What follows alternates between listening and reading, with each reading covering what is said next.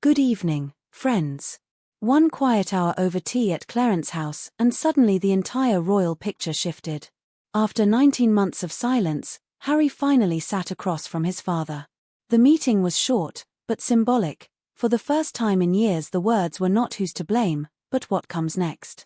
And it is exactly this what comes next that now creates the hardest decision Meghan Markle has faced in a long time. The king, as a grandfather, made it clear he wants to see his grandchildren. That changes the conversation completely. It is no longer about headlines or protocol. It is about travel routes, security perimeters, and a mother's willingness to let her children cross back into the reality of Britain. If we strip away the noise of dramatic headlines, the essence is simple. Between father and son lies exhaustion from public confessions, bitter memoirs, and televised grievances. But every family rift eventually reaches a point where the arguments stop, and only age and blood remain. For Charles, the pivot point is grandchildren. For Harry, it is the idea of home, not as a premiere on Netflix, but as a table where you are not filmed, only heard. That is why even a short conversation over tea became more than politeness. It was the first step on a route with a very clear destination: grandfather, grandchildren, silence. And here stands what many are calling Meghan's dilemma. On one side is the practical question of security. After the legal rulings in Britain, Harry no longer enjoys automatic police protection when visiting.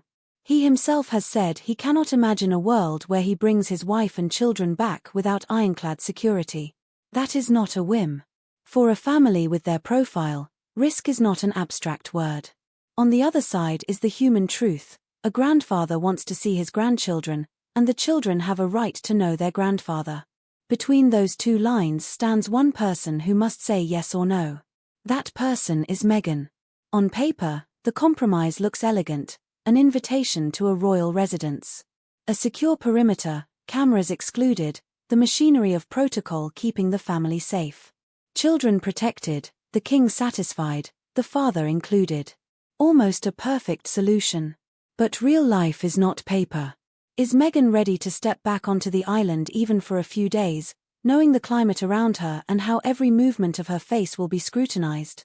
Is she ready for the knowledge that every smile will be measured, every glance dissected, every pause compared to the last appearance?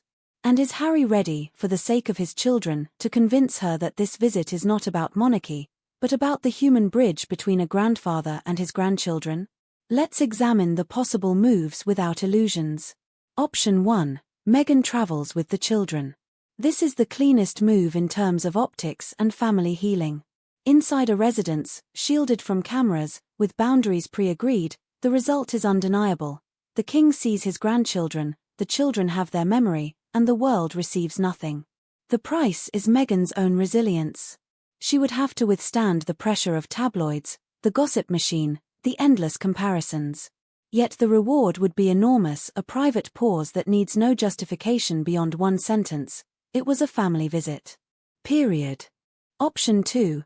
Harry travels with the children while Meghan stays in the United States. Practically, this avoids some tension, but it creates an entirely new wave of questions. Why didn't she come? Was it fear, rejection, or protest? Silence always fills with speculation, and the speculation would likely be unkind. For Meghan, it would also be psychologically difficult to watch such an important first visit happen without her. And for a mother, that is not about control, it is instinct. Any slip by security, any awkward photograph would become a knife in her side. Safety is not only about gates and guards, it is about peace of mind. Option 3. No trip at all. The grandchildren remain unseen for some day later. In bureaucratic language, this is maintaining the status quo. In family language, it means missing the moment. Childhood does not wait. A child who is a toddler today is a schoolchild tomorrow. With each month, later becomes too late. No video call, no letter, no carefully staged photograph replaces the rough simplicity of a grandfather taking a grandchild's hand. Hovering above all these scenarios is another complication: Harry's relationship with his brother. William shows no rush toward reconciliation. He remembers how hard the royal family has worked to build the reputation of never complain, never explain. He does not welcome attempts to replace that with spectacle. That is why, even if the king himself leans toward openness, the future king will watch carefully. He will allow personal meetings. He will not allow staged photo ops. Not because he is cruel, but because he has learned what happens when a single family moment becomes a tool for someone else's brand. And here lies the test for the Sussexes themselves. 4 years, every step they took was amplified by interviews, revelations, podcasts. That strategy worked as long as the public still wanted to hear what really happened. But that interest is fading. Now the question has changed: can they do something meaningful without an audience? Can they prove sincerity not with another documentary, but with silence? Older viewers, especially those over 50, value this deeply. They know from their own lives that real reconciliations are not made on camera. They happen in quiet rooms, without witnesses. So Meghan faces a truly difficult decision. In Britain, she will not be welcomed with applause. In California, she has a life, her work, her circle. Any return, even for a week, will not feel like a family trip. It will feel like a public test of sincerity, one she never signed up for. And yet, every "I don't want to" eventually runs up against the wall of what children need. 10 years from now, they will not remember the legal battles or the interviews.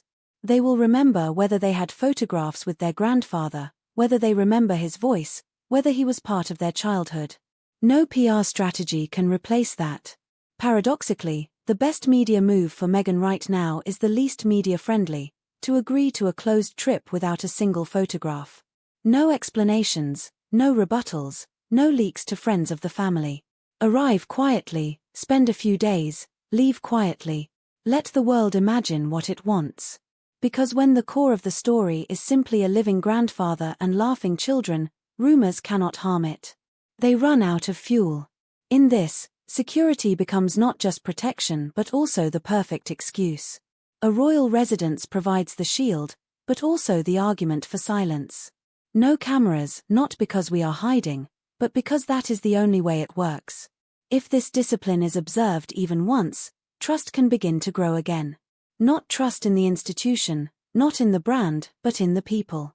The king, too, is making a choice.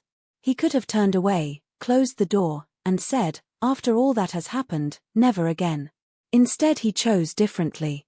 Not out of politics or duty, but out of simple human longing that the older generation feels instinctively. He wants to be a grandfather. That is his right. And with that right comes one demand: stop turning children into passports for the next chapter of adult careers. This is where we find the final, moral note. Children are not bargaining chips. They are not shields or tools. They are the reason that people who once swore never to speak can suddenly learn silence and take steps no one will ever see. If the meeting at Clarence House truly was the beginning of such steps, then Meghan's dilemma will resolve itself. Not through the press, but through the quiet opening of a door to their grandfather. So I ask you, should Meghan, despite her discomfort, accompany the children on their first trip back? Should Harry, despite his habits and ambitions, finally accept the discipline of silence? Does the king have the right to ask that his grandchildren return to the home where they are expected? Share your views in the comments.